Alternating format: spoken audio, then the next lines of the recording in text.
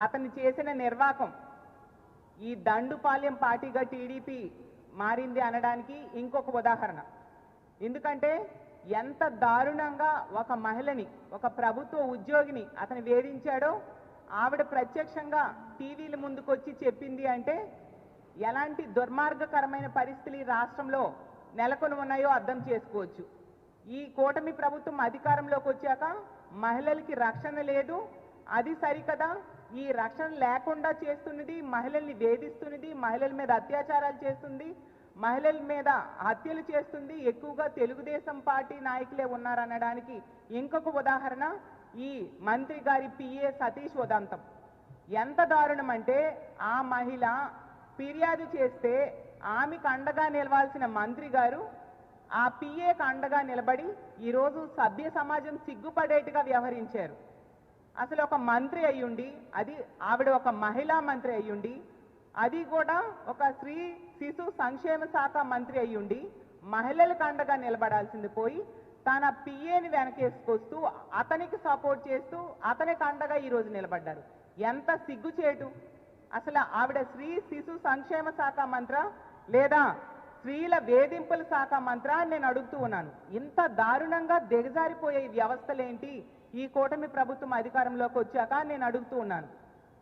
ఆ అమ్మాయికి మంత్రి పిఏ పక్కలోకి రావాలని వేధించడమే కాకుండా ఆమె దగ్గర డబ్బులు తీసుకొని మళ్ళీ తిరిగి ఇమ్మని చెప్తే ఆమెకి లైంగికంగా వేధింపులు గురి చేయడమే కాకుండా తెలుగుదేశం పార్టీ నాయకులు పక్కల్లోకి కూడా రావాలనేసి ఆమె మీద ప్రెషర్ పెట్టడం ఎంతవరకు సమంజసం?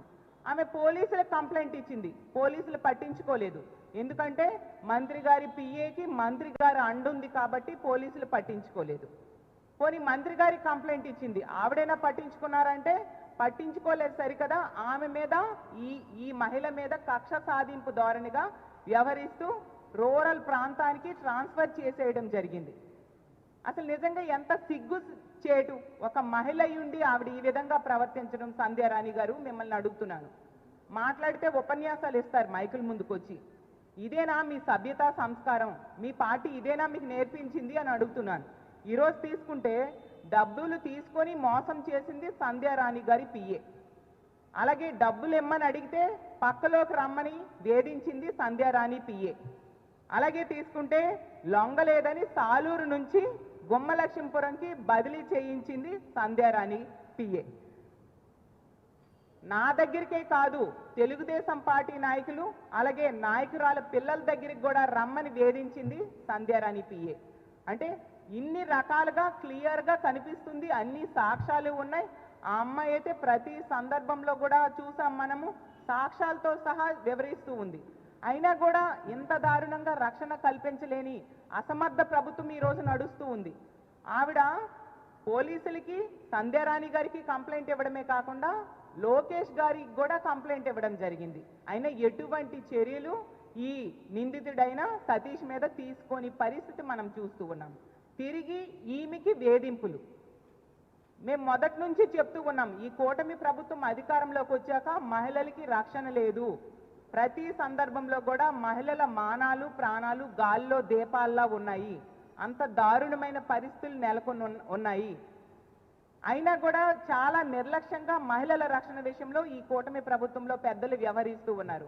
మాట్లాడితే చంద్రబాబు నాయుడు గారు అంటారు, మహిళల మీద ఎవరైనా చేయి వేస్తే అదే చివరి రోజు అని.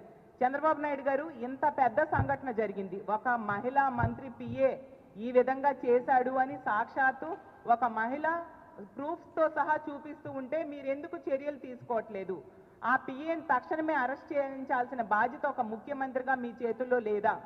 అలాగే ఇలాంటి తప్పుడు పని చేసిన వాడికి సపోర్ట్ చేసిన మంత్రిని బర్తరఫ్ చేయాల్సిందిగా ముఖ్యమంత్రి గారికి మేము కోరుతూ ఉన్నాము. అలాగే పవన్ కళ్యాణ్ గారు ఎందుకండి మీరు ప్రతి సందర్భంలో కూడా డైలాగులకే పరిమితం అవుతూ ఉన్నారు? మాట్లాడితే మహిళల్ని ఎవరైనా వేధించినా వాళ్ళ మీద చెయ్యి వేసినా తాట తీస్తానని చెప్తారు పవన్ కళ్యాణ్ గారు.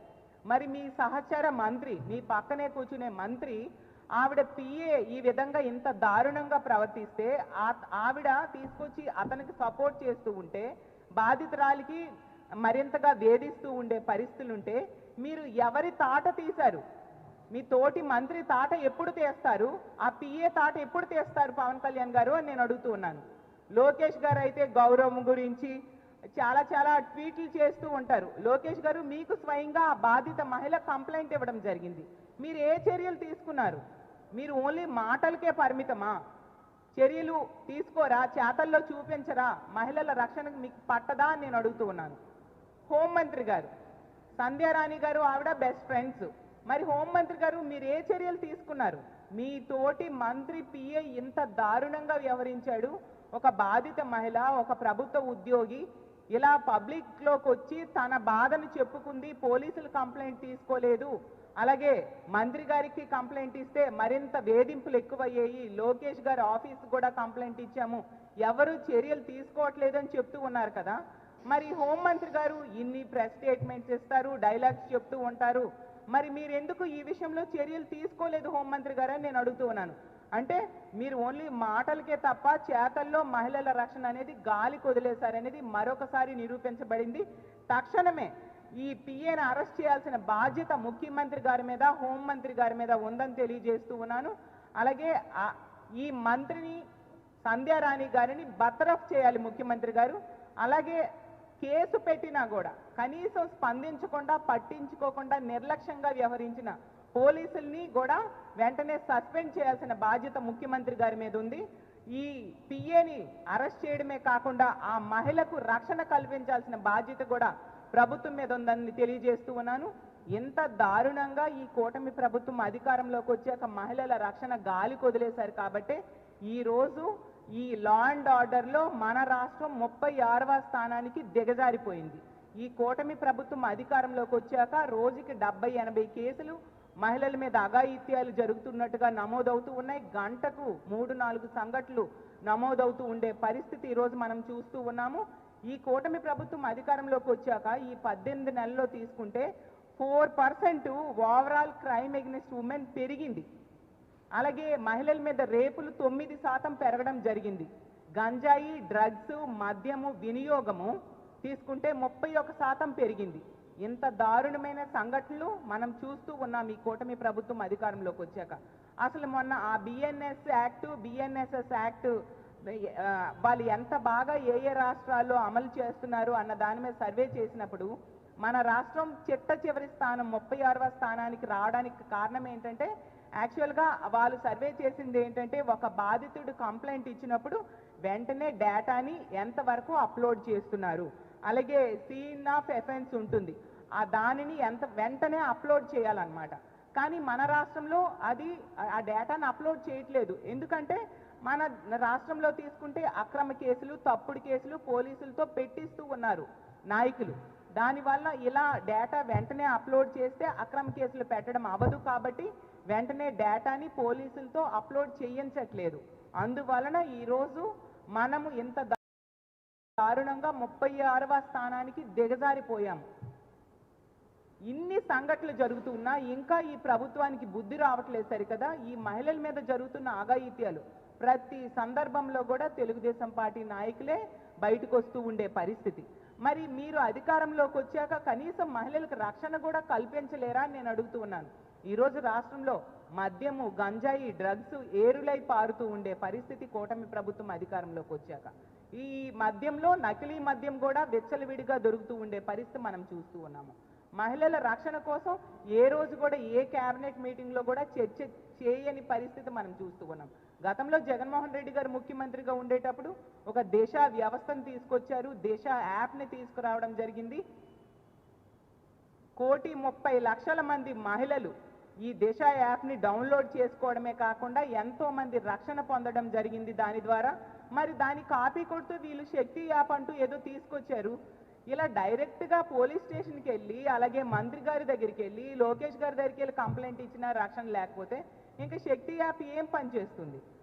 అదే జగనన్న టైంలో మా దిశ యాప్ ద్వారా ఎంతో మంది మహిళలు రక్షణ పొందడమే కాకుండా అసలు దిశ చట్టాన్ని ఇక్కడ అసెంబ్లీలో ఆమోదం చెందించి కేంద్రం దగ్గరికి పంపిస్తే అక్కడ పెండింగ్లో ఉన్న అందులో ఉన్న అంశాలన్నింటినీ కూడా ఈ రాష్ట్రంలో అమలయ్యేట్టుగా వ్యవస్థను తీసుకురావడమే కాకుండా ప్రతి నెల కూడా ఈ మహిళల రక్షణ కోసం జగనన్న మీటింగ్స్ పెట్టేవారు, అలాగే రివ్యూలు చేసేవారు, పోలీసులకి డైరెక్షన్స్ ఇచ్చేవారు. మహిళలకు రక్షణకు పెద్దపీట వేయడం జరిగింది. తన సొంత అన్న ముఖ్యమంత్రి అయితే ఎలా ఉంటుందో అంత చక్కటి రక్షణ ఈ రాష్ట్రంలో మహిళలు పొందేవారు జగనన్న ముఖ్యమంత్రిగా ఉండేటప్పుడు. ఈరోజు మహిళలకు ఇచ్చిన ఏ ఒక్క హామీ అమలు చేయలేదు సరికదా. మహిళల రక్షణ ఈ విధంగా గాలికి వదిలేసి వీళ్ళు ఈ విధంగా వ్యవహరించడం ఎంతవరకు సమంజసం? దీన్ని మేము తీవ్రంగా ఖండిస్తూ ఉన్నాము. ఆ బాధిత మహిళకు అండగా మా వైఎస్ఆర్ కాంగ్రెస్ పార్టీ ఉంటుంది. ఆ మహిళ రక్షణ కోసం ఖచ్చితంగా ప్రభుత్వం చర్యలు తీసుకోవాలి.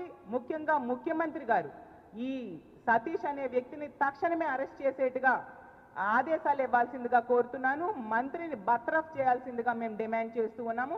ఇప్పటికైనా ఇలాంటి సిగ్గుచేటు పనులు మానుకొని మంత్రి గారు ఆ బాధితురాలికి రక్షణ కల్పించాల్సిందిగా డిమాండ్ చేస్తూ సెలవు తీసుకుంటున్నాను. సంఘటనలు జరిగే ప్రతి సందర్భంలో కూడా మా జగన్మోహన్ రెడ్డి గారు వెళ్ళడము, మా పార్టీ నాయకులు మేమందరం కూడా వెళ్ళి ఆ కుటుంబానికి ధైర్యం చెప్పడము, తోచినంత ఆర్థిక సహాయం చేయడము ప్రతి సందర్భంలో జరుగుతుంది తప్ప ఏ సందర్భంలో కూడా ఈ గవర్నమెంట్ అనేది ఆ బాధిత కుటుంబానికి అండగా నిలబడినట్టుగా మనం ఎక్కడా కూడా చూడలేదు.